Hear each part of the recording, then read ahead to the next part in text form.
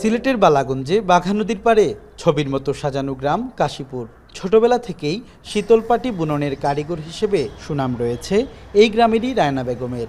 নিপুণ দক্ষতায় এই নারী পাটিতে ফুটিয়ে তোলেন ফুল, পাখি, তাজমহল সহ বিভিন্ন ধরনের নকশা।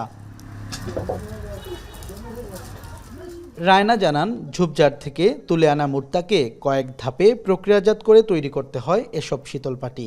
এক একটি পাটি তৈরি করতে সময় লাগে 1 থেকে 1.5 মাস পর্যন্ত। তবে উৎপাদন খরচের বিপরীতে তেমন লাভ থাকে না বলে জানান তিনি। আজকে 15 দিন হয়ে যার ইসান ধরে আনান ফারা কষ্ট নানি কষ্ট প্রচুর কষ্ট, এই কষ্ট আনমান গিয়া দাম হয় না।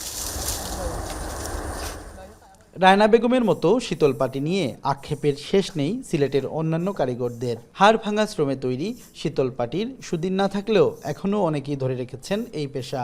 তবে আর্থিক সংকটে বেশিরভাগই বদলে ফেলেছেন পেশা। আগে 1200 শ্রমিক আসলো যেতগুলা মহাল ছিল, কিন্তু মহালে ফুসাইতো না।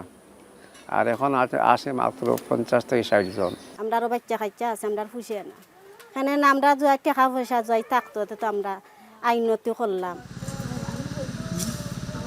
দুর্দশার গল্প শোনালেন শীতলপাটির জন্য সবচেয়ে বিখ্যাত মৌলভীবাজারের রাজনগর উপজেলার তুলাপুর গ্রামের কারিগররা। 2017 সালে বিশ্বব্যাপী তাক লাগিয়ে ইউনেস্কো পুরস্কার পান এই গ্রামেরই পাটিশিল্পী গীতেশচন্দ্র দাস।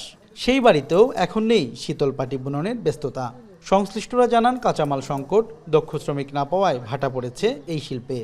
দেখো, আমি আইনের কাজটা শিখতাম না, আমি আজকে 6টা সার্টিফিকেট পাই না। আমি বর্তমানে যতদিন জীবিত আছে ততদিনই থাকবো। কোনো মতে 4টা বাদ দিন, কোনো মতে 1-2 বেলা ভাত খাওয়ার সুযোগ আছে, কিন্তু ছেলেমেয়েদের লেখাপড়ার করার কোনো সুযোগ নেই। ব্যবসায়ীরা বলছেন, কালের বিবর্তনে এখন ক্রেতা বিক্রেতার সমাগম নেই বললেই চলে। পেশা টিকিয়ে রাখতে সহযোগিতা চান তারা।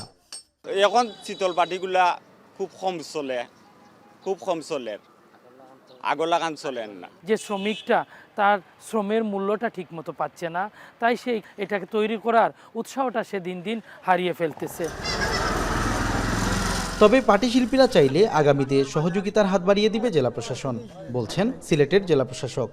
তা আমরা তাদের সাথে একসাথে কাজ করে যাচ্ছি, হয়তো আরও বেশি কাজ করার সুযোগ আছে আমাদের। আমরা সেই ক্ষেত্রগুলো দেখব এবং সেই অনুযায়ী তাদের সাথে আমরা ইনভলভ হওয়ার চেষ্টা করব। একই সাথে বাণিজ্যিকভাবে এই জিনিসগুলো লাভবান হবে কিনা, সেই জিনিসগুলো আসলে যারা ব্যবসায়িক কাজে জড়িত তারা হয়তো বলতে পারবে। তবে তাদের যদি এরকম কোনো উদ্যোগ থাকে, প্রচেষ্টা থাকে, আমরা তাদের সাথে থাকব। সিলেট বিভাগে এখনও এই শিল্পের সাথে জড়িত 200-র উপরে পাটিশিল্পী। সরকারি পৃষ্ঠপোষকতা, সঠিক প্রশিক্ষণ এবং ন্যায্য মূল্য পেলে কালের বিবর্তনে হারিয়ে যাওয়া এই জগৎ বিখ্যাত শীতলপাটিও পেত অর্থনৈতিকভাবে সাফল্য। এমনটাই প্রত্যাশা পাটিকর সহ সংশ্লিষ্ট ব্যবসায়ীদের। সন্দীপন শুভ, এখন সিলেট।